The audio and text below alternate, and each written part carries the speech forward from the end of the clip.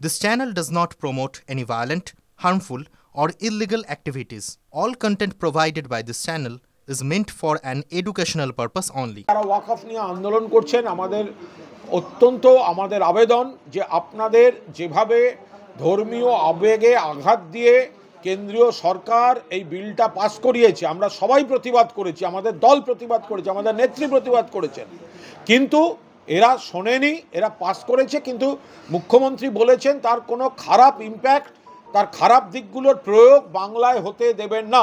আপনারা দয়া করে আপনারা প্রতিবাদ গণতান্ত্রিকভাবে করুন, এমন কোনো কাজ করবেন না, এমন কোনো উগ্রতা দেখাবেন না, এমন কোনো হিংসাত্মক ঘটনার প্ররোচনায় পা দেবেন না যাতে বিজেপি আবার নতুন করে এটাকে ইস্যু করতে পারে এবং আরও বিকৃত প্রচার তারা চাইছে প্ররোচনা দিতে। এবং আপনাদের আবেগ আপনারা নিশ্চিতভাবে আপনাদের প্রতিবাদ রাখবেন। আর মুখ্যমন্ত্রী 16 তারিখ এই ইস্যুতে বৈঠক ডেকেছেন, বৈঠকে বসছেন। আস্থা রাখুন, এমন কোনো উগ্র আন্দোলন করবেন না যাতে মানুষের অসুবিধা হয়, মানুষ বিরক্ত হন। সবচেয়ে বড় কথা, বিজেপি আবার সেটাকে ইস্যু করে নতুন করে আপনাদের বিরুদ্ধে প্রচারের জন্য ব্যবহার না করতে পারে।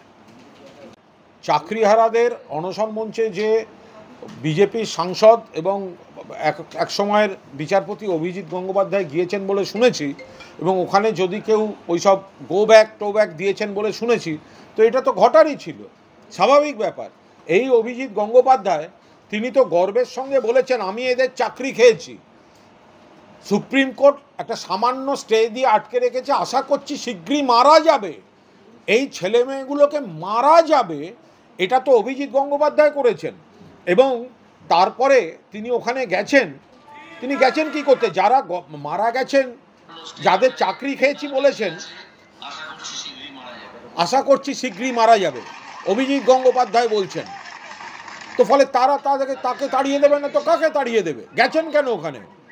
আজকে বলছেন সমস্যার সমাধানের সমাধান আছে, আর আপনি বক্তৃতা করছেন যে আমি যাদের চাকরি খেয়েছিলাম, কত বড় পৈশাচিক উল্লাস যে আমি যাদের চাকরি খেয়েছিলাম আপাতত সুপ্রিম কোর্টের সামান্য স্টে অর্ডারে আটকে আছে, আশা করছি শীঘ্রই এরা মারা যাবে।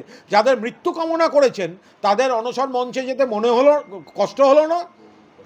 চূড়ান্ত দ্বিচারিতার রাজনীতি, এদের মুখোশ খুলে দিন, এরাই চাকরি খেয়েছে।